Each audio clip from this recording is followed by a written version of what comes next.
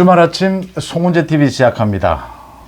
윤석열 대통령이 당정 그리고 대통령실까지 모두 쇄신을 하겠다라고 밝혀서 이제 총선 이후에 어떻게 국정 쇄신을 할 것이냐 이 방향을 놓고 백가쟁명입니다. 많은 주장들이 터져 나오고 있습니다. 그 다음 이재명 조국 재판이 어제도 이재명에 대한 선거법 위반 재판이 열렸고 조국에 대해서도 대법원에서 본격적인 심리에 들어갔습니다. 제가 총선 국면에서는 가장 강조한 것이 승리입니다. 총선 승리입니다. 총선 승리를 위해서 어떤 방향으로 전략을 세우는 것이 가장 좋으냐. 이제 총선이 지났습니다. 많은 사람들의 주장을 잘 살펴보면 이게 단기적인 것도 있고 중장기적인 것도 있습니다.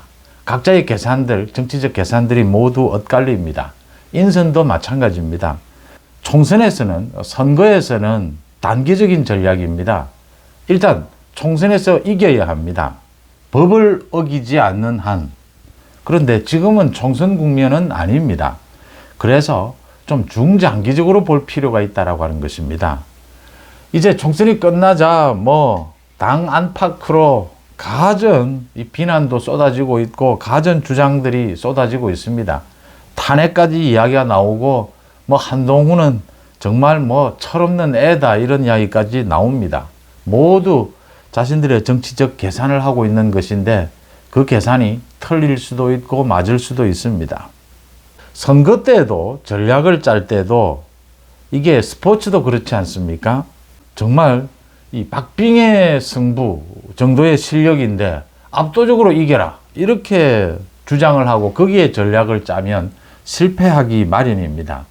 이제 이런 부분들을 전부 고려를 하면서 윤석열 대통령이 이 국정 쇄신 방향을 잡아야 하고 한동훈 위원장도 자신의 정치적 이 활로를 모색을 해야 합니다. 그리고 이재명, 조국, 이준석까지 이제 여러 가지 몸부림을 치고 있는 이런 상황들입니다. 이것부터 먼저 제가 말씀을 드리겠습니다. 이 국민의힘에 있어서는 영남권과 수도권, 민주당은 호남과 수도권입니다. 이게 언제나 의견이 일치하면 더할 나위 없습니다. 고민거리도 없습니다. 그런데 이게 충돌을 하는 경우가 상당히 많습니다. 이번 총선에서도 민주당 쪽은 호남과 이 수도권이 충돌하지 않았습니다. 수도권 중심으로 가져가는데 호남이 아무 말도 하지 않고 그냥 따라왔습니다. 국민의힘 쪽은 주장이 충돌을 했습니다. 민주당, 국민의힘 다 마찬가지로 영남이나 호남의 주장을 그대로 밀어붙여서 수도권에서 이길 수 있다면, 선거에서 이길 수 있다면 그게 가장 바람직합니다. 그런데 그럴 수 없을 때 이제 고민이 생깁니다. 이제 승패는 수도권에서 납니다. 왜냐하면 인구가 가장 많기 때문입니다. 제가 40년 가까이 이 정치 기자 생활을 하면서 가장 이 정치인들과 함께 고민했던 부분입니다. 저는 부산 출신이고 이 서울에서 전국 정치를 바라보면 국민의힘 민주당 마찬가지입니다. 어떻게 하면 영남을 넘어서느냐, 어떻게 하면 호남을 넘어서느냐, 이제 이 싸움이었습니다. 지난 40년 넘게 이 싸움이 계속됐습니다. 이 싸움에서 이번에 민주당이 좀 이긴 것처럼 보입니다. 그런데 선거는 지났습니다. 이제 길게 보면 또 여론조사 결과들이 나오게 될 겁니다.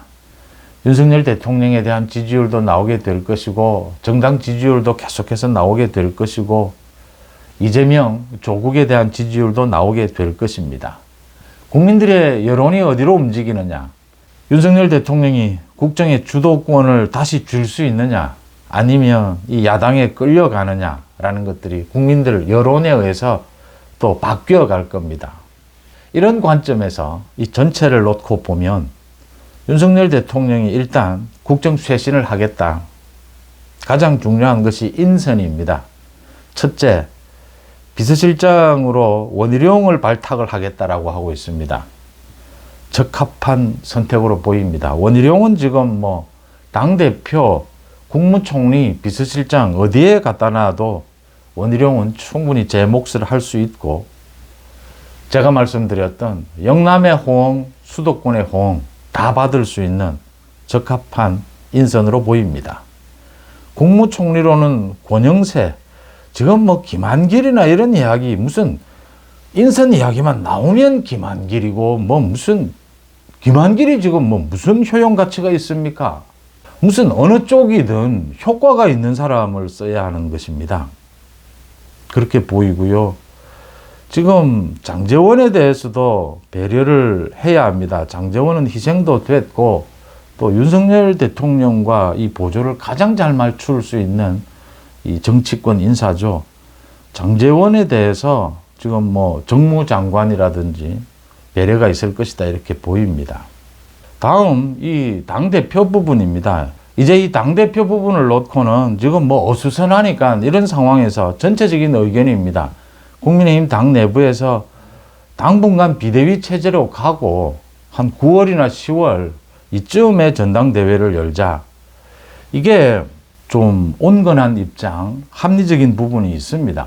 지금 뭐 어수선한 상황이고, 지금 뭐 아직 당선자가 있고 현재 국회의원이 있습니다. 많이 떨어져서 지금 많이 다릅니다. 그래서 아직은 그래도 현재 국회가 있고 또 국회가 열리게 됩니다.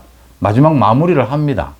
이 국회에서 지금 이재명, 조국, 이준석 등은 지금 또 특검 법안을 쏟아내겠다라고 하고 있습니다.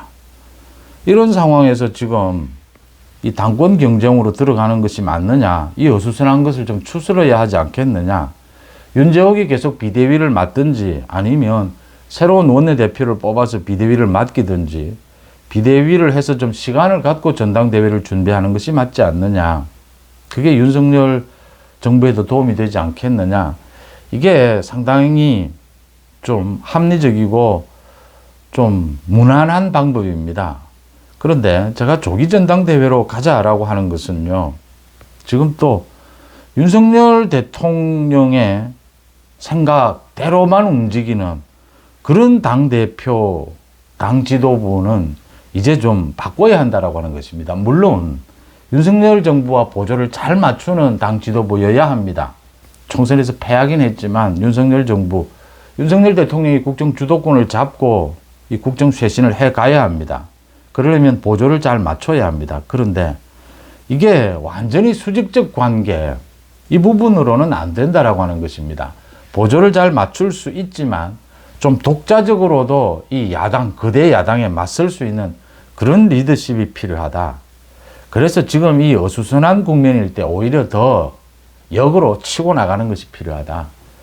지금 이 분위기를 추스르고 강력한 이 108석이 참패했다라고 하지만 108석이 적은 숫자가 아닙니다.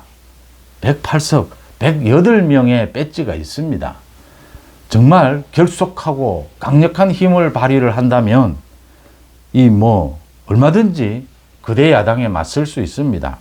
벌써부터 지금 뭐 김재섭이나 뭐 등등 당내에서 안철수를 비롯해서 특검을 받아야 한다, 무슨 법안을 뭐 여당도 추진해야 한다, 윤석열 정부에 대한 뭐 가전 비난까지 나오고 있습니다. 당내에서.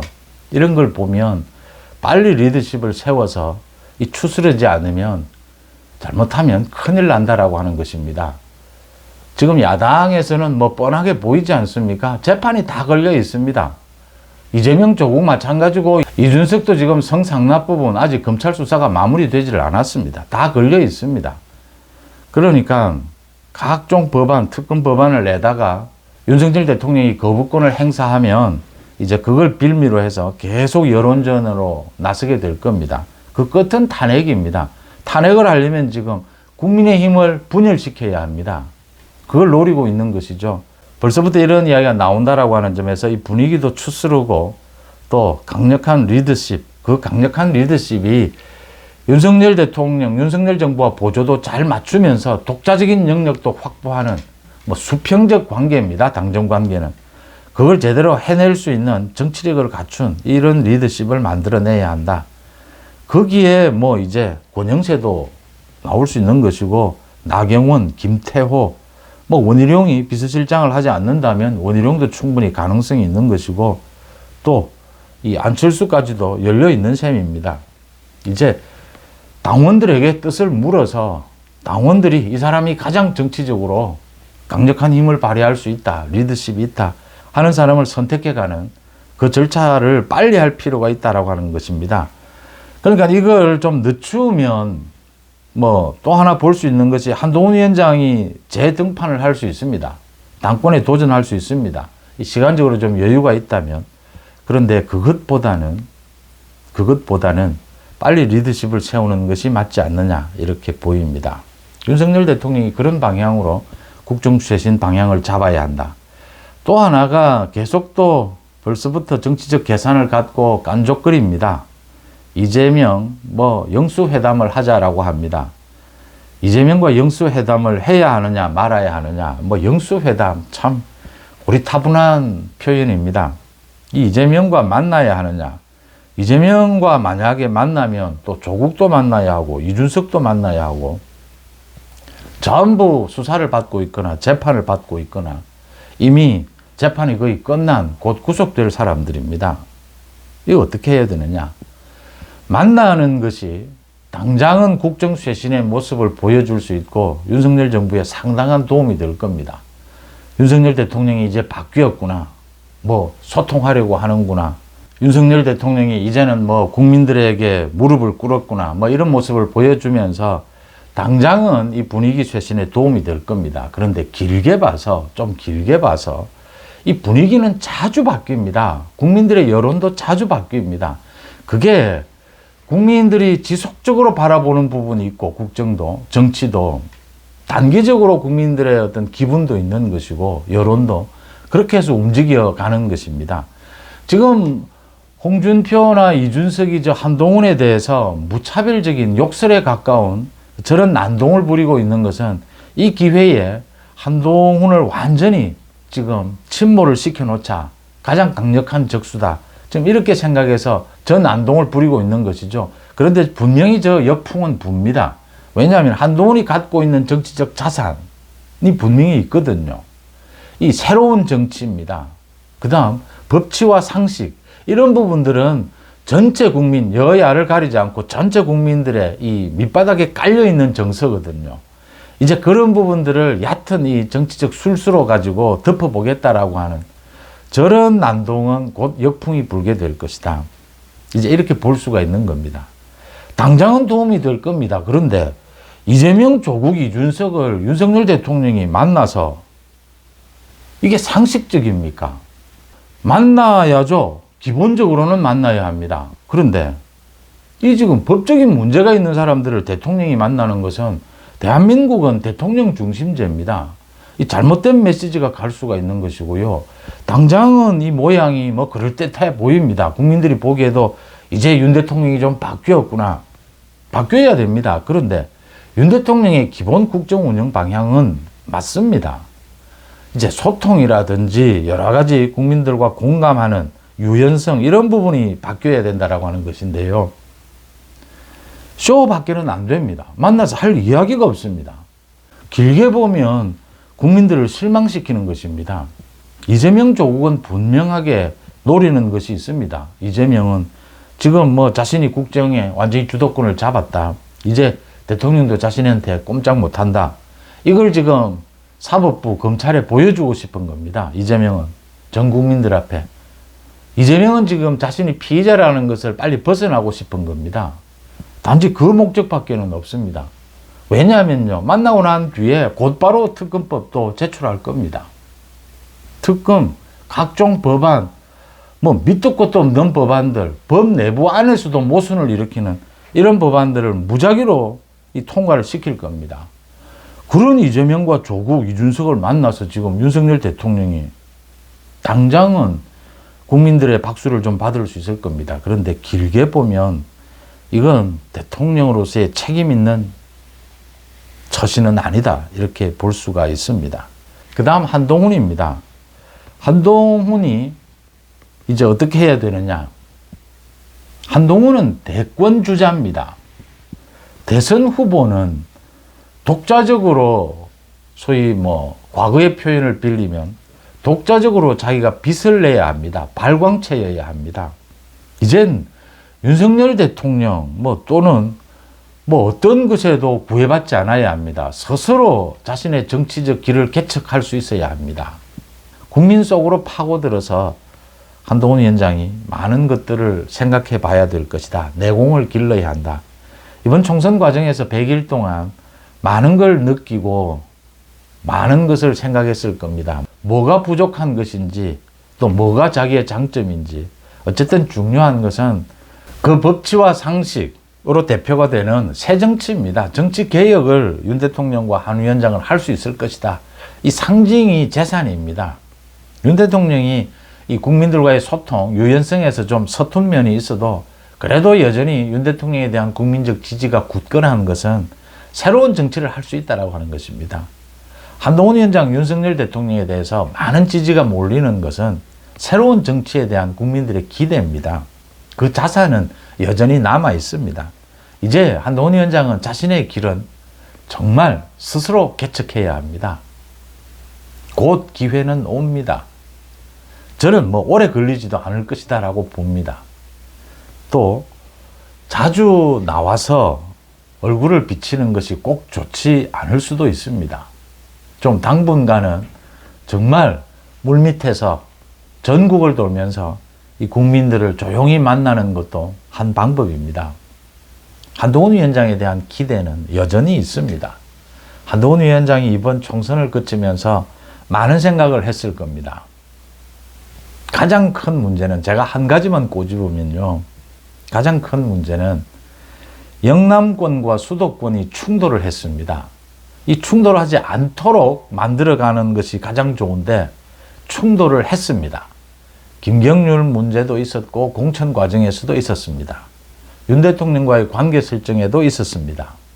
정무적 판단으로 수도권을 선택했다면 수도권이 가장 중요합니다. 사람이 많으니까요.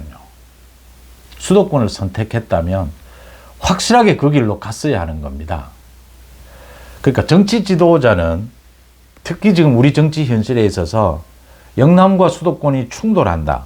호남과 수도권이 충돌한다. 여기에서 리더는 수도권을 선택하고 영남을 설득할 수 있어야 합니다. 영남이 설득이 되지 않으면 이제 마지막 방법입니다.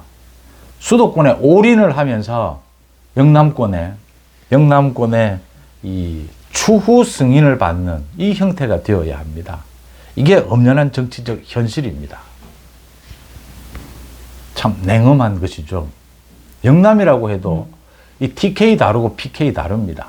PK는 소위 낙동강 벨트는 두고 보시면 앞으로 일주일, 한 달 사이에 또 여론이 크게 출렁일 겁니다. 수도권과 거의 비슷하게 움직이고 있습니다. 이 부분에서 상당히 왔다 갔다 했습니다. 한동훈 위원장이. 제가 뭐 그 고민을 모르지는 않습니다. 그런데 총선 승리가 가장 지상 과제였다라고 생각을 하면 윤석열 대통령은 상당히 많은 부분에 이 견제도 했지만 많은 부분을 양보했습니다. 총선 승리를 위해서 이 지휘봉을 잡은 한동훈 위원장은 더 과감하게 수도권이든 영남이든 아니면 이걸 통합하는 이 정치적인 비전으로 승부를 봐야 하는데 그 부분이 좀 애매했다라고 하는 것입니다. 그게 지금 가장 대표적으로 드러난 부분이 제가 예를 들면요. 선거 막판에 윤석열 대통령의 그 의료개혁에 대한 담화가 있었습니다. 담화가 있은 그날 한동훈 위원장은 부산에 있었습니다. 부산에서 유세 도중에 이런 이야기가 나왔습니다. 윤석열 대통령, 윤석열 정부가 좀 잘못하고 있는 것이 한동훈의 잘못은 아니지 않느냐. 한동훈은 견제하고 개선해 나가겠다 이렇게 이야기를 했다가 그 다음날 바꿨습니다. 수도권에 와서. 모두 자신의 책임이다. 자기의 책임이다. 윤석열 정부를 개선해 나가겠다. 뭐 이렇게 하루 만에 왔다 갔다 했습니다. 이제 이 부분이 선명하게 보여주는 것입니다. 한동훈이 많은 생각을 했을 겁니다. 이제 앞으로 한동훈의 정치는 이제 한동훈 100% 독자적으로 결단을 내리고 앞으로 나아가야 한다라는 점입니다. 대권 주자는 당연히 자기 정치를 이제 해야 되는 것입니다. 스스로 크는 것입니다. 지금까지는 뭐 윤석열 대통령의 그림자 또 국민의힘의 어떤 당의 이런 배경, 뭐 이런 것들이 좀 있었다면 이제는 오롯이 한동훈의 이름으로 승부를 해야 되는 그런 순간이 왔다라고 하는 점입니다. 그 다음 마지막으로 이재명과 조국, 이준석입니다. 이재명은 어제 선거법 위반 재판에서 또 이 공무원들의 진술이 터져 나왔습니다. 그 백현동 4단계 용도 변경 강압한 적이 없다. 당연한 이야기입니다.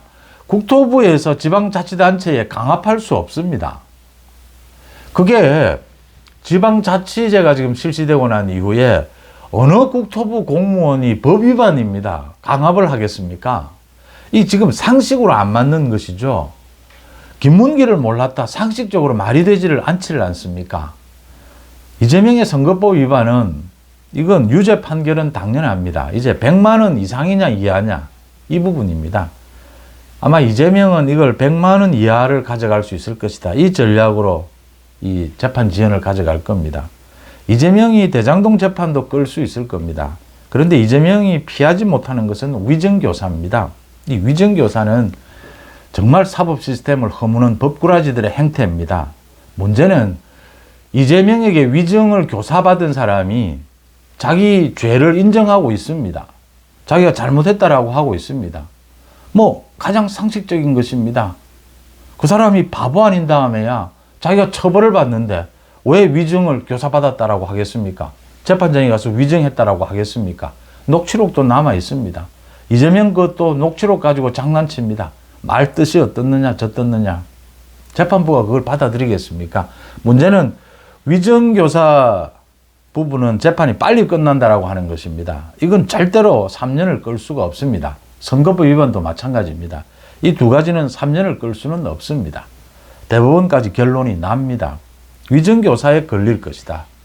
여기에서 실형이 나오면 이재명은 다음 대선에 출마하지 못합니다. 조국 올해 안으로는 대법원 판결이 나옵니다. 지금 대법원장은 조희대 대법원장입니다. 과거의 김명수가 아닙니다. 결론을 내려야 하고 조국과 같은 이런 입시부정, 이 형사 재판은 대법원에서 바뀔 수가 없습니다. 모두 사실관계가 드러나 있고 이 법률적 적용이 1심, 2심을 거쳤습니다. 대법원에서 그 과정을 모두 들여다보겠지만 이게 뭐 문제될 것이 없습니다. 그 다음 하나 남아있는 것이 이준석입니다. 이준석이 무고죄, 명예훼손에 대한 무고죄 뭐 이렇게 해서 그 부분에 있어서 사실관계가 이미 확인이 됐습니다. 검찰이 이 부분을 어떻게 할 것인지 이제 결론을 내려야 될 때다라고 하는 점입니다. 이렇게 세 사람에 대한 사법 리스크가 있는 상황에서 지금 아마 윤 대통령의 가장 고민일 겁니다. 많은 이 의견서가 올라갈 겁니다. 지금 이재명을 만나는 것이 맞느냐 맞지 않느냐. 아마 윤 대통령이 다음 주에 이제 대국민 담화를 한다라고 합니다. 이 총선 결과를 놓고 담화의 방식이 될지 이제 기자회견을 다시 부활하는 것이 맞지 않느냐 이렇게 보입니다. 도어 스태핑이 아닌 기자회견, 가끔씩 기자회견을 한 번씩 하는 것이 맞다 이렇게 보입니다. 그 형식이 될지 담화 형식이 될지 담화를 하면서 많은 고민을 하게 될 겁니다. 우선적으로 처리해야 될 것과 좀 늦춰도 될 것, 중요한 것과 덜 중요한 것, 그러니까 급한 것과 급하지 않은 것, 이걸 분명하게 가린다면 또 단기적인 효과가 있는 것과 장기적으로 봐야 될 것, 이걸 잘 구별해야 합니다. 총선은 총선전에 들어가면 한 달, 두 달은 이건 단기 승부입니다. 거기에서의 결정과 이제 선거가 지났습니다. 지금의 결정은 달라야 한다라고 하는 점입니다. 총선 선거에서의 전략, 그렇지 않을 때의 전략, 이걸 구분을 하지 못하는 경우가 상당히 많이 있습니다. 선거는 전쟁입니다. 이제 전쟁은 끝났습니다. 지금부터 새로운 또 승부가 펼쳐집니다. 국민들의 여론은 정말 정치 개혁, 새 정치에 있습니다. 그건 분명합니다. 송은재 TV 마칩니다. 고맙습니다.